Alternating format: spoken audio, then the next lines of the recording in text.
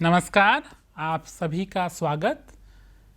आज हम जो चर्चा करने वाले हैं उस चर्चा का विषय है कि हम फिनोमेनोलॉजी को अर्थात घटना क्रिया अनुसंधान को किस प्रकार से एक शोध विधि के रूप में उपयोग करते हैं। पिछले व्याख्यान में हमने ये जानने का प्रयास किया कि फिनोमेनोलॉजी क्या है, उसकी दार्शनिक पृष्ठभूमि क्या है और उसके प्रमुख संप्रत्यय क्या क्या हैं। अब हम ये जानने का प्रयास करते हैं कि किस प्रकार से हम फिनोमेनोलॉजी के आधार पर कोई अनुसंधान कार्य या कहें कि कुछ शैक्षिक अनुसंधान कार्य किस प्रकार से हम करते हैं। इसमें पहली बात जो है वह यह है कि हम यदि रिसर्च डिज़ाइन की बात करें, जब हम फिनोमेनोलॉजी या घटना क्रिया अनुसंधान के आधार पर कोई अनुसंधान कार्य करने वाले हैं, तो उसमें जो रिसर्च डिज़ाइन हम उपयोग करते हैं, जैसा कि पहले मैं स्पष्ट कर चुका हूं कि यहाँ भी क्वालिटेटिव रिसर्च यानी कि गुणात्मक अनुसंधान की प्रक्रिया का उपयोग हम करते हैं, जहाँ इंडक्टिव थिंकिंग को हम विशेषकर महत्व देते हैं।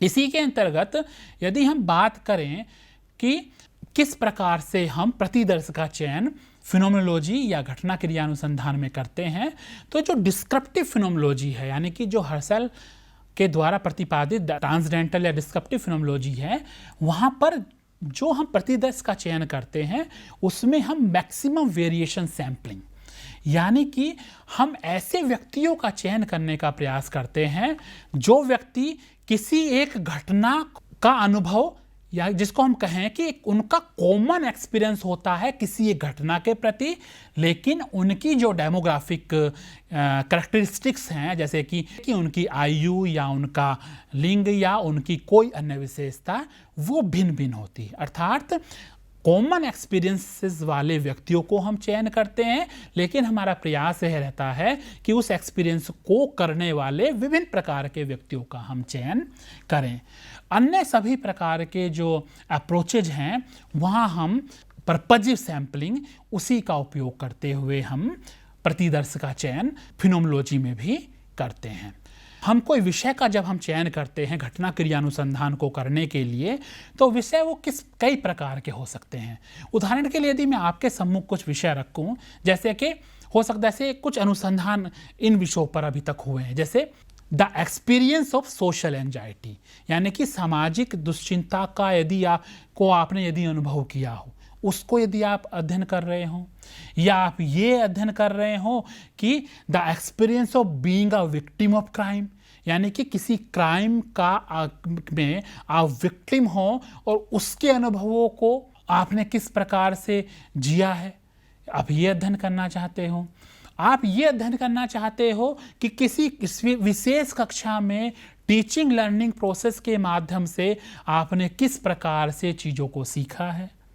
तो ऐसे कई सारे अनुसंधान के क्षेत्र हो सकते हैं जिनको हम लेकर घटना क्रिया अनुसंधान कर सकते हैं। यहाँ पर आंकड़ों का संकलन की जब हम बात करते हैं, डेटा कलेक्शन की बात करते हैं, तो डेटा कलेक्शन के लिए 3 प्रमुख साधन या माध्यम होते हैं। पहला साधन है इंटरव्यू। इंटरव्यू भी किस प्रकार का, जिस प्रकार से यदि हम गणनात्मक अनुसंधानों की बात करें तो यहाँ हम सेमी स्ट्रक्चर इंटरव्यू की बात करते हैं। यहाँ पर जो हम घटनाओं के प्रति व्यक्तियों के अनुभव को जानने का प्रयास कर रहे होते हैं, तो उस घटना के बारे में कुछ जानकर, उस घटना को समझकर कुछ प्रश्न हम पहले से निर्मित कर लेते हैं और यह संभावना हम छोड़ देते हैं कि जैसे जैसे हम बातचीत करेंगे अपने प्रतिभागियों से, अपने पार्टिसिपेंट से, तो हम वहाँ उनकी समझ के अनुसार हम अपने प्रश्न साथ के साथ बनाते भी जाएंगे। तो सेमी स्ट्रक्चर इंटरव्यू के माध्यम से हम आंकड़ों का संकलन करते हैं। यहाँ पर कुछ महत्वपूर्ण बिंदु भी हैं। जब हम साक्षात्कार ले रहे होते हैं तो उन बिंदुओं को हमें ध्यान में रखना होता है यदि हम घटना क्रिया अनुसंधान में इंटरव्यू का उपयोग कर रहे हैं। उसमें महत्वपूर्ण है कि आप पायलटिंग यानी कि जो इनिशियल ट्राई आउट है वह जरूर करें। उससे ये पता चलता है कि किस प्रकार से वे घटना के संबंध में हम अपने साक्षात्कार को निर्मित कर सकते हैं, है ना। क्योंकि उस घटना के बारे में आपको उतने अनुभव नहीं होते उस घटना को अनुभव करने वाले कुछ व्यक्तियों का चयन करके उनसे बात करके हम उन बिंदुओं को हम ढूंढ सकते हैं जिन बिंदुओं पर हम अपने साक्षात्कार के प्रश्नों को बनाएंगे या जिसके आधार पर हम उनको प्रश्नों को प्रतिभागियों के सम्मुख रखेंगे। साथ ही फिनोमेनोलॉजी में या घटना क्रिया अनुसंधान में जो हम साक्षात्कार का उपयोग करते हैं उसके संबंध में फिनले ने स्पष्ट रूप से कहा था कि यहाँ पर 3 बातें बड़ी इंपॉर्टेंट होती हैं। एक तो एम्पैथी, एम्बोडिड सेल्फ अवेयरनेस और एम्बोडिड इंटरसब्जेक्टिविटी का नाम दिया था। जब हम इंटरव्यू के माध्यम से कोई आंकड़ों का संकलन कर लेते हैं तो उसमें दूसरा जो स्टेप होता है वह स्टेप है ट्रांसक्रिप्शन। और जब आप घटना क्रिया अनुसंधान का उपयोग कर रहे हैं किसी घटना की व्याख्या करने के लिए तो ट्रांसक्रिप्शन बड़ा इंपॉर्टेंट रोल प्ले करता है। यहाँ पर हर वह बात, हर वह तथ्य है जो कि हमारे प्रतिभागियों द्वारा बताया गया है, इवन जो उसने पोजेज लिए हैं, कोई बात को यदि ओवरलैप किया है, यदि कोई बात को दोबारा से कहा है, उन सब चीज़ों को भी अपनी ट्रांसक्रिप्शन में हम नोट करते जाते हैं। दूसरा जो आधार है आंकड़ों के संकलन का वह है रिटन डॉक्यूमेंट या रिटन अकाउंट जिसको हम बोल सकते हैं।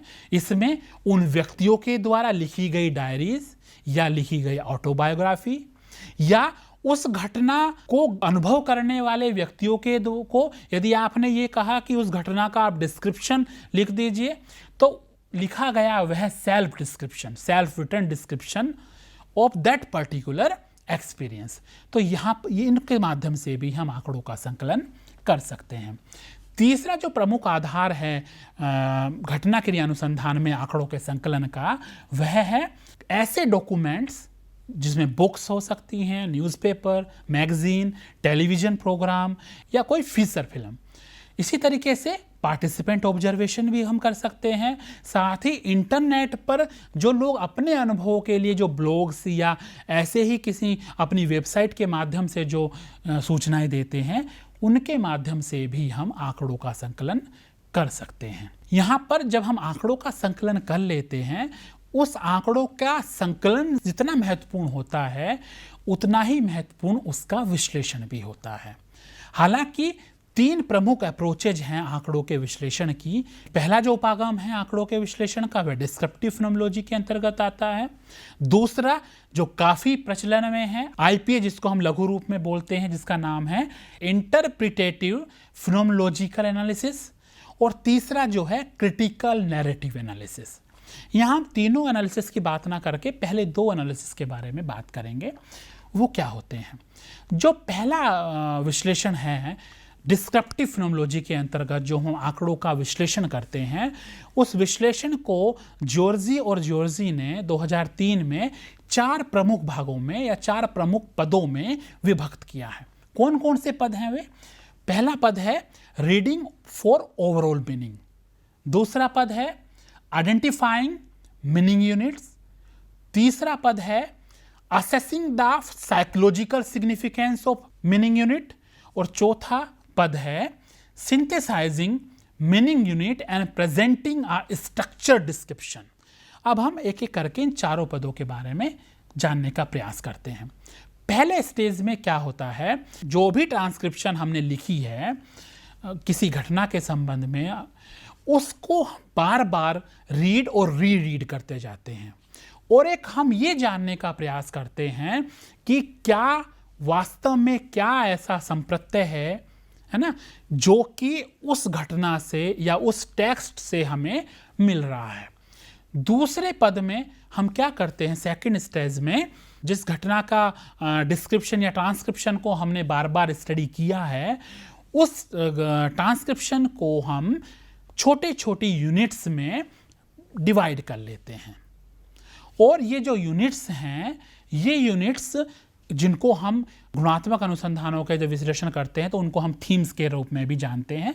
तो यहाँ पर हम छोटी छोटी थीम्स में उस पूरे डिस्क्रिप्शन को डिवाइड कर लेते हैं, विभक्त कर लेते हैं, ताकि हमें एक आइडिया लग जाए कि जो हमें डिस्क्रिप्शन मिली है वो हमें क्या इंडिकेट कर रही है या क्या एक निर्देश दे रही है। इसी तरीके से जब हम तीसरी स्टेज में पहुंचते हैं, उस तीसरी स्टेज में जो हमने छोटी छोटी यूनिट्स बनाई हैं, जो छोटी छोटी मीनिंग यूनिट्स क्रिएट की हैं, हम ये जानने का प्रयास फिर करते हैं कि क्या उनकी साइकोलॉजिकल सिग्निफिकेंस है, यानी कि उस घटना के संबंध में क्या कोई वो स्पष्ट रूप से निर्देश हमें दे रही है या नहीं दे रही है ना। तो हमें ये जानने का प्रयास तीसरे पद में करते हैं कि जो हमने छोटे छोटे पदों में अपने डेटा को, अपने आंकड़ों को विभक्त किया है, जो हमने मीनिंग यूनिट्स बनाई हैं, तो वो मीनिंग यूनिट्स का क्या साइकोलॉजिकल सिग्निफिकेंस है। अगले स्टेज में जो चौथी स्टेज है, फाइनल स्टेज जिसको हम बोलते हैं, उसमें जो हमने मीनिंग यूनिट्स बनाई गई होती हैं, उन मीनिंग यूनिट्स में से उन यूनिट्स को हम सेलेक्ट कर लेते हैं जो हमारे लिए, जो हम हसल के द्वारा जो एसेंस की बात की गई थी, जो यूनिवर्सल स्ट्रक्चर बनाने में हमें सहायता प्रदान करती हैं। तो उन तथ्यों को हम अलग कर लेते हैं जो हमें एक जर्नल स्ट्रक्चर डिस्क्रिप्शन के लिए आधार प्रदान करते हैं। यदि हम बात करें गुणात्मक आंकड़ों के विश्लेषण की, उसी कोर थीम या कोर कैटेगरी के आधार पर ही हम उस पूरे अनुभव की, उस घटना का डिटेल डिस्क्रिप्शन वहाँ पर प्रदर्शित करते हैं। दूसरी जो आंकड़ों के विश्लेषण की प्रक्रिया है वह काफ़ी उपयोग में लाई जाती है, उसका नाम है IPA, यानी कि इंटरप्रिटेटिव फिनोमेनोलॉजिकल एनालिसिस। इसके अंतर्गत भी 4 स्टेजेस में हम आंकड़ों का विश्लेषण करते हैं। पहले स्टेज में क्या होता है, वही बात कि जो हमें डिस्क्रिप्टिव फिनोमेनोलॉजी में जो हमने देखा था उसी के अनुसार जो ट्रांसक्रिप्शन है उसको हम अध्ययन करते हैं, फिर पुनः अध्ययन करते हैं, और अध्ययन करने के साथ साथ हम जो लेफ्ट हैंड मार्जिन है उस पर हम अपने कमेंट्स लिखते जाते हैं, यानी कि हम उस ट्रांसक्रिप्शन से क्या आइडिया हमें मिल रहा है। दूसरी स्टेज में हम क्या करते हैं कि जो हमने ट्रांसक्रिप्शन को पढ़ा है, साथ ही हमने जो कमेंट्स लिखे हैं उनको एक बार थोरोली स्टडी करके हम क्या करते हैं कि कुछ थीम्स को इमर्ज करने का प्रयास करते हैं, और उन थीम्स को हम राइट हैंड मार्जिन पर लिख लेते हैं। तीसरी स्टेज में हम क्या करते हैं कि जो भी थीम्स हमने जनरेट की हैं उन सभी थीम्स को हम एक अलग पेपर पर लिख लेते हैं। फिर हम ये जानने का प्रयास करते हैं कि ये जो थीम्स हमने क्रिएट की हैं उन थीम्स में से कौन सी ऐसी थीम्स हैं जो कि हमारे लिए महत्वपूर्ण हैं। इसमें 2 चीजें हो सकती हैं, एक जो थीम हमने जनरेट की उसमें से हम अलग अलग अन्य थीम्स जनरेट कर सकते हैं, या कई थीम्स को मिलाकर एक थीम भी हम बना लेते हैं। उद्देश्य हमारा यही होता है कि उस घटना का, उस अनुभव का हम स्पष्ट है डिस्क्रिप्शन लिख सकें जिस घटना का अध्ययन हमें करना होता है। यही काम हम अगले स्टेज में भी करते हैं जो कि हमारी स्टेज 4 है, कि जो थीम्स हमने इमर्ज की हैं उसमें से कुछ थीम्स को हमने छोटे छोटे भागों में तोड़ भी लिया, और हो सकता है कुछ थीम्स को हमने एक साथ मर्ज भी कर लिया। उन सभी थीम्स में से हम उन महत्वपूर्ण थीम्स को आइडेंटिफाई करके एक ऐसी थीम जनरेट करने का प्रयास करते हैं जो थीम उस घटना का डिस्क्रिप्शन दे सके। और इस प्रक्रिया में हम साइक्लिक प्रोसेस यूज करते हैं। हम जब थीम्स को जनरेट करते जाते हैं, जब थीम्स को क्रिएट करते जाते हैं, पुनः हम हमारा जो मूल आंकड़े हैं उन आंकड़ों से को भी पुनः एक बार देखते जाते हैं कि क्या हम सही दिशा में जा रहे हैं या नहीं। और अंततः जो हमें एक फाइनल थीम बनती है, उस फाइनल थीम के आधार पर ही हम उस घटना को डिस्क्राइब करने का प्रयास करते हैं। तो इस प्रकार से हमने ये आज जानने का प्रयास किया कि फिनोमेनोलॉजी या घटना क्रिया अनुसंधान को यदि आप शैक्षिक शोध में उपयोग करना चाहते हैं तो कैसे आप प्रतिदर्श का चयन करेंगे, कैसे आप आंकड़ों का संकलन करेंगे और कैसे आप आंकड़ों का विश्लेषण करेंगे। तो इस प्रकार से फिनोमेनोलॉजी या घटना क्रिया अनुसंधान एक बहुत ही महत्वपूर्ण उपागम है गुणात्मक अनुसंधानों के अंतर्गत, जहां हम जिए गए अनुभवों का अध्ययन करते हैं। क्यों अध्ययन करते हैं? ताकि उन अनुभवों से हमें एक नवीन दृष्टि मिल सके, हम उन अनुभवों से लाभ उठा सकें, हम उन अनुभवों को और एनरिच कर सकें, साथ ही हम उन अनुभवों से अपने लिए कुछ लाभ ले सकें।